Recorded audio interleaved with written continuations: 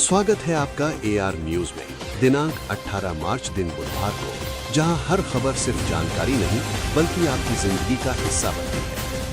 हम आपके साथ सच बांटते हैं, उम्मीद जगाते हैं और हर पल आपका भरोसा जीतते हैं। तो चलिए आज की तमाम बड़ी खबरों पर नजर डालते हैं। ईरान इजरायल संकट और भारत।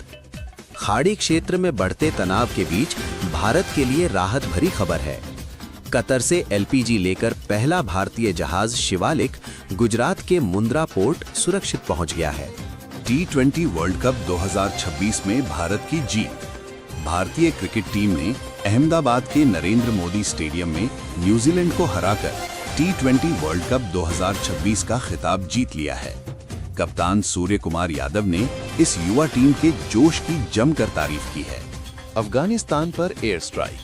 तालिबान का दावा है कि पाकिस्तान ने काबुल में एक अस्पताल पर एयर स्ट्राइक की है, जिसमें लगभग 250 लोगों की मौत की खबर है। चुनाव अपडेट। पश्चिम बंगाल विधानसभा चुनाव 2026 के लिए भाजपा ने 144 उम्मीदवारों की अपनी पहली सूची जारी कर दी है। वहीं राज्यसभा चुनाव में क्रॉस वोटिंग के आरोप में कांग्रेस ने अपने 3 विधायकों को सस्पेंड कर दिया है। भारतीय डाक की नई सेवा।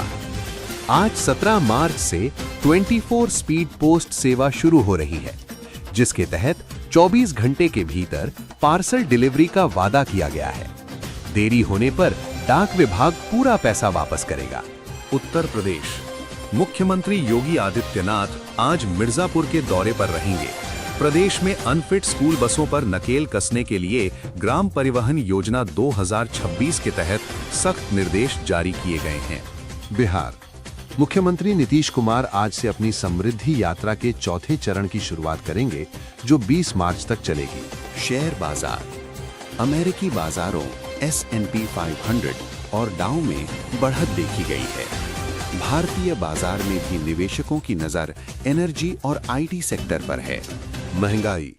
थोक मूल्य सूचकांक WPI आधारित महंगाई दर 11 महीने के उच्चतम स्तर 2.13% पर पहुंच गई है, जिसका मुख्य कारण कच्चे तेल की बढ़ती कीमतें हैं। LPG संकट। देश के कई हिस्सों में गैस सिलेंडर की किल्लत की खबरें आ रही हैं। महाराष्ट्र के जालना में एक गैस एजेंसी से 110 सिलेंडर चोरी होने का मामला भी सामने आया है। ईरान में हाई प्रोफाइल हत्याएं।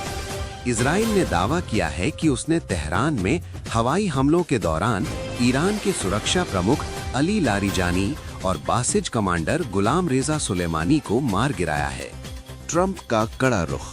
अमेरिकी राष्ट्रपति डोनाल्ड ट्रंप ने नेटो देशों को चेतावनी दी है कि अमेरिका को ईरान के खिलाफ सैन्य कार्रवाई के लिए किसी की मदद की जरूरत नहीं है। अफगानिस्तान पर हमला। पाकिस्तान द्वारा काबुल के एक अस्पताल पर किए गए हवाई हमले में मृतकों की संख्या बढ़कर 250 हो गई है, जबकि 400 से अधिक लोग घायल हैं। यूक्रेन को समर्थन। ब्रिटेन के प्रधानमंत्री कीर स्टारमर और यूक्रेन के राष्ट्रपति जेलेंस्की ने लंदन में मुलाकात की और रूस के खिलाफ जंग जारी रखने की प्रतिबद्धता दोहराई। दिल्ली में बड़ा हादसा। उत्तरी दिल्ली में एक असुरक्षित घोषित लोहे का पुल गिरने से एक महिला की मौत हो गई, जिसके बाद दिल्ली सरकार ने पूरे शहर के पुलों के सुरक्षा ऑडिट का आदेश दिया है। उड़ीसा अस्पताल अग्निकांड। कटक के SCB मेडिकल कॉलेज के ट्रॉमा केयर ICU में लगी भीषण आग में मरने वाले मरीजों की संख्या 12 तक पहुंच गई है। संसद में गतिरोध खत्म। लोकसभा ने प्ले कार्ड और AI तस्वीरों के इस्तेमाल पर चेतावनी देते हुए 8 कांग्रेस सांसदों का निलंबन वापस ले लिया है। शेयर बाजार में उछाल। ऑटो और मेटल शेयरों में तेजी के कारण सेंसेक्स 568 अंक चढ़कर 76,070 पर बंद हुआ। वहीं निफ्टी 23,581 के स्तर को पार कर गया। FDI नीति में बदलाव। भारत सरकार ने प्रेस नोट 3 में संशोधन करते हुए चीन जैसे देशों से आने वाले निवेश FDI के नियमों को और स्पष्ट किया है, जिससे निवेशकों को बड़ी राहत मिली है। IPL 2026 update.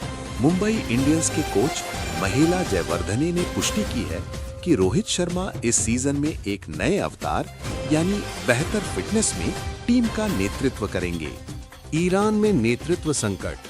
तेहरान में हुए हमलों के बाद ईरान की विशेष परिषद ने अंतरिम नेतृत्व की घोषणा करने के लिए आपातकालीन बैठक बुलाई है। देश के कई हिस्सों में इंटरनेट सेवाएं पूरी तरह ठप कर दी गई हैं। यूएन की चेतावनी। संयुक्त राष्ट्र महासचिव ने खाड़ी देशों में बढ़ते तनाव को देखते हुए तीसरे विश्व युद्ध जैसे खतरे की चेतावनी दी है और सभी देशों से संयम बरतने की अपील की है। चीन की प्रतिक्रिया। चीन ने ईरान पर हुए हमलों की निंदा करते हुए इसे संप्रभुता का उल्लंघन बताया है और अमेरिका से अपनी सेनाएं पीछे हटाने को कहा है। यूरोप में ऊर्जा संकट। ईरान और इजराइल के बीच युद्ध की स्थिति के कारण वैश्विक बाजार में कच्चे तेल की कीमतें $110 प्रति बैरल के पार निकल गई हैं, जिससे यूरोप में पेट्रोल डीजल के दाम बढ़ सकते हैं। रूस यूक्रेन अपडेट। रूस ने कीव के बिजली केंद्रों पर नए सिरे से मिसाइल हमले किए हैं, जिससे आधे यूक्रेन में ब्लैकआउट यानी अंधेरा छा गया है।